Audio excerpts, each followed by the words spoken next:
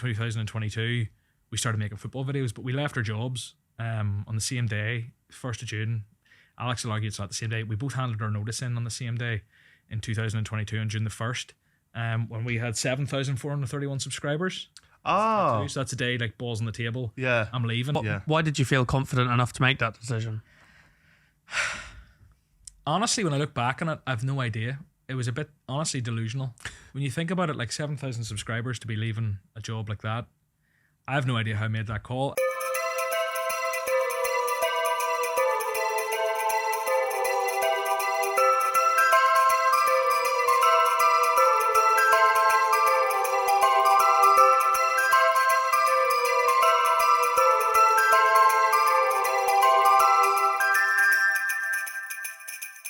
So when did you officially decide? Because now you're a content creator. Yeah. If anyone out there, by the way, doesn't know John's content, like it's one of them ones where they're so big and they're so viral and they're all over the place. You probably haven't even connected the two. This is the weirdest introduction to what you actually do. Yeah. We've gone the long way around it. Yeah, but it's only fans. Yeah. Yeah, obviously. So you're a football content creator. Yeah. You've created some incredible videos, even in the last year. Some bangers such as Kylian Mbappé surprised my friend. I knocked doors to invite a stranger to play at Anfield. I think that was the first video I ever saw of yours. Oh, really? And and I surprised my taxi driver with his favourite footballer, who was Kobe Mainoo. Yeah. When did you realise you were going to get into this world, going from air traffic control to this? It was a bit. It kind of wasn't the plan. So like I was genuinely very happy in air traffic control, and I did see myself doing it long term. It was well paid, lots of time off, good sort of working conditions, blah blah blah. Loved it. And if I ever had to work for someone else, that's what I would do. But I started making like wee podcasts and videos on the side when my brother-in-law at the time came home. He lived in Berlin and he was very successful. And he came home and started blabbering on at the kitchen table. Oh, I do a podcast. I talk 1 hour a week and we're getting $9,000 a week in sponsorship or something. I think he was talking out of his arse in hindsight now that I'm in the industry a bit more. Yeah. Because it was a big enough podcast, but it wasn't like huge. What is it? He doesn't anymore. But yeah. Okay, right. But he podcast. He runs like a business in Berlin. But anyway, Right. Podcast is on the side. But I was kind of like, whatever about how much he's getting. I was like, this guy's getting paid more than I get a month and a week for just talking for an hour. I was like, I'm missing a trick here. I need to start talking. But I did. Thankfully, I did it in 2019, so just before COVID, when everyone had a podcast. But I kind of that's what got me into content, and it was like sort of fantasy football platform at the time, Football Index, which didn't end up great. Yeah.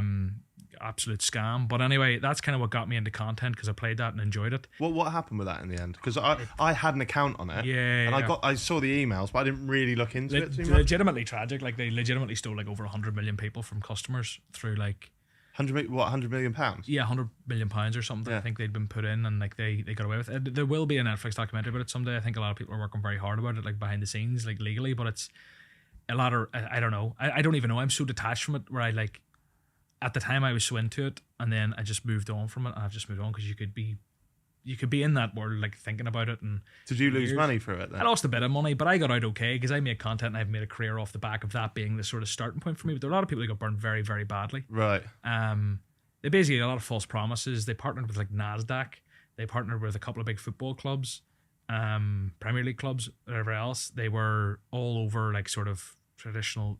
Basically, for like the lay person, there was a lot of reasons as to why you would believe them to be completely legitimate and trust all these other companies that had vetted them and give them the okay. But anyway, that's a side story. It just happened to be how I get into content. Yeah, right. And then from there, kind of through different fantasy football games and whatever else, I basically got into making content and got to the point where I met a guy called Alex Emery, who you've met. Yeah, good guy. Worked at Sky.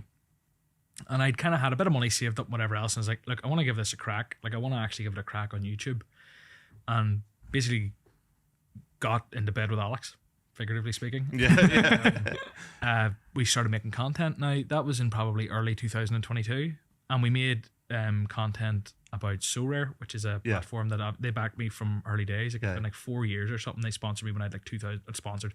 They gave me like my first sort of brand deal, sort of say, or affiliate deal when I had like 2,000 subscribers. Yeah. Like from early days. But we started making content about that, but realized that the ceiling within that space is if you make the best video about that fantasy football game. If let's use FPL for example. If you make the best fantasy football, because people know fantasy football, make the best fantasy football video in the world ever. The ceiling is how many people care about fantasy football. Yeah. So we were like, we need to start making football videos. So then in 2022, we started making football videos, but we left our jobs on the same day, 1st of June. Alex will argue it's not the same day. We both handed our notice in on the same day in 2022 on June the 1st, when we had 7,431 subscribers. Oh. So that's a day like balls on the table. Yeah. I'm leaving. And the big thing for me at the time was when you leave air traffic control in Ireland, you're gone. You're never coming back.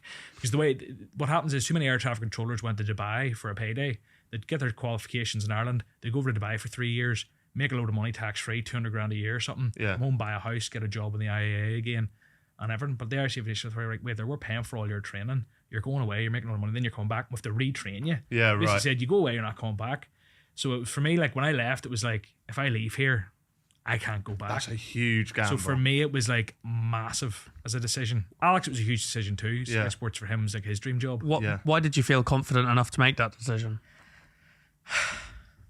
Honestly, when I look back on it, I've no idea. It was a bit, honestly, delusional. When you think about it, like 7,000 subscribers to be leaving a job like that, I have no idea how I made that call. I think a big part of it at the time was that I just felt we were onto something. I felt Alex was amazing at what he did. I incentivized him by bringing him on half and half. Like, it's half his. Like, I'm the guy you see. I'm the guy who does all the talking, but like, he is half the thing. He does all the stuff. We talk to each other all the time. We do everything together. Mm-hmm. And I backed him and he backed me, and we both left our jobs and did it. Wow. That was before we'd ever posted a short or had a TikTok account or anything. Fucking That's how hell. delusional it was. Wow. Delusional. The one thing that maybe when I look back that we thought was a bigger deal, or what we thought was a big deal and really helped us make that decision was Fantasy Football Hub, or who are like one of the kind of, there's Fantasy Football Hub and Fantasy Football Scout, whatever else you like, put data out for people who play fantasy football. They said, you come and manage our channel. So we weren't just managing. So for that summer of 2022, and it was just a summer really, maybe into the end of the year, we ran their YouTube and ours, Right. which kind of meant that like an account that already had 80,000 subscribers or something, and sort of some sort of guaranteed income. Yeah. And then ours was a bit more risky, but then we found short form and it just. Is that what really took off for you? I was going to ask, what was your first video to bang? Yeah, I think we'd been grafting away with our wee videos about fantasy football and whatever, and getting a few thousand views and whatever else on my channel, and then we did a short form, like a short on YouTube, and it did like 1 million views in a few days, and we were like, hold up a minute, and gained us a couple of thousand subscribers or something. And I was like, so we're grafting our balls off making these videos that 3,000 people are watching, or we can put out a short and get 1 million views. So we just kind of went all in. I started a TikTok, started posting them to Instagram, TikTok, and YouTube. And then just learned the ropes with short form. What was that video? What was the video that got 1 million views? I think the first one was something like guess the player's price, win it in cash or something. It was like a fantasy football one. It was essentially a plug. Right. It was like if you guess Mo Salah's 13 million, you get £13. Right. If you guess the player's price, win it in cash. People were like, bro's getting 13 million. Do you know what I mean? But like, it's just like £13. We did that, but then the big moment was, and this was a decision that me and Alex made, was the 2022 World Cup was coming. Yeah. That Messi won and all the rest. Yeah. And we'd, from August that year, and it started in November, we'd kind of been doing a short every few days, and we'd started off with like the oldest footballer in the world, or like the shortest footballer in the world. What, like little fact videos? Yeah. We kind of like, and I say we, Alex, absolutely, and I give it to him, and he absolutely did do it. You see them everywhere now. The split screen football storytelling videos where there's graphics on top and so we talking head to bottom. We were the first to do that in the football space. Right. I'll put it out there. Yeah. And it wasn't because of me. I see them all the time. It's because of Alex. Yeah. But he took it from another niche or whoever was doing it. Yeah. And he just said, let's do this. Yeah. And he started editing that style, and we just went with it, and we went nuclear so this went from being like guys with 2,000 or 3,000 subscribers to having, in the month of the World Cup in 2022, 400 million views across platforms. And that was like, we went from like 200,000 subscribers. TikTok was probably higher than that. Instagram, I don't even know if we were posting Instagram then, but it's like, that was, we were like, this is what we're doing. Yeah. Do you mean this is what we're doing? Yeah. We weren't even really making long forms. Right. We tried making a couple of wee vloggy things and that had a few thousand views, and they were a bit crap because they weren't made for YouTube. Yeah. We didn't really know how to make them that well. And then that's just snowballed over time. And now you've got the long form bangers, like the ones I just mentioned there, as well as an array of others. Who comes up with them ideas? Is it you two together? Do you sit in a room? What's your process? Do you have a whiteboard? What do you do? We work remotely essentially, because I'm in Belfast and he's in Reading. Right. But there's actually sort of 3.5 of us, I'd say. There's 3 of us full time and a guy we get him freelance who's amazing. Seb Lasardo, and he helps us a lot with long form ideas. Yeah. So to move on from very quickly, the short form journey itself kind of kept going, and we evolved, and we stopped the quantity and upped the quality a bit, and now we don't even do those split screens. Right. Because like it's quite tabloidy, it's saturated. There's a lot of reasons why. I think there's a certain upside to it, whereas now any short we put out is like out in real life doing real things, bigger, and they're better, and they go more viral. Yeah. But the long form is almost like we treat it as almost like a separate arm of content, because it's a completely different algorithm. It's a completely different set of skills. It's completely different.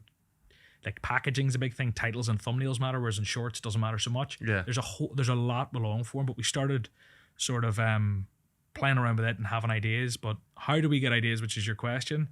I think with ideas, it's one of those where it's like there can be an idea pops up like now, and you don't know where it's come from, and you've got it, and you could say that ideas took you no time, but then there's ideas that we sit and we like bang our heads off screens and talk to each other, 3 or 4 of us for hours trying to work out how we can do it. Because you can have something that you think's a great idea, and this is the mistake that I think a lot of smaller creators make, myself included. We've done it as well. We've made this mistake in the last year. It's like you'll come up with an idea and you're like, that sounds really cool. Oh, that's cool. But you don't really think about like how you're going to package it. Like what's the thumbnail look like, and what's the title look like? And then like the actual video itself. Well, what's the structure of that video? Like, yeah, it's really cool what you're doing, but you've done it in the first 2 minutes, and then how are you going to make it a 10-minute video or 20-minute video? Like, what's the other 15 minutes of bump? Is there a way you can do it at the end? No, it doesn't work. Okay, you just don't make the video. You know, I mean, there's a lot, like, we have a million ideas that, like, the title sounds class, but it just won't work on YouTube. It might work on traditional TV. It might work on Netflix. It might work for a short, but it won't work for a YouTube video. Do you? So let's take the Mbappé one, for example. Yeah.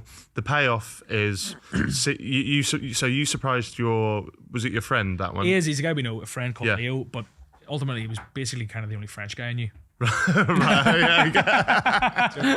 And you surprised him by getting him to meet Mbappé. Yeah. He's blindfolded throughout the day, and then the reveal is so that video has that one reveal, doesn't it? Yeah. So how do you go about scripting that? Is it just a big build up for that one payoff? Or? Yeah, so we've learned from that video a lot of things, but in that, because that was our first stab at blindfolding someone, really. Yeah.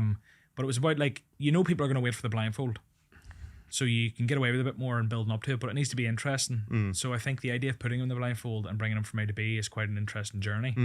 But then throughout that, we tried to create like sort of a journey to Mbappé where we went and seen different monuments, whatever, and kept it kind of piracy and kept him moving about and him guessing where he is and whatever else. Yeah. Because we knew once Mbappé comes on the screen, no one's leaving. But the problem is, if a video is less than 8 minutes, you don't get a mid-roll ad. Yeah. So it needs to be 8 minutes. And equally, like, it's a mad enough concept. You've got Mbappé, like, you should be making a 15-minute video or whatever. Yeah. But there's a bit that goes into that. But yeah, we knew we had Mbappé. We knew the minute that the blindfold came off, like, that's the moment people are waiting for.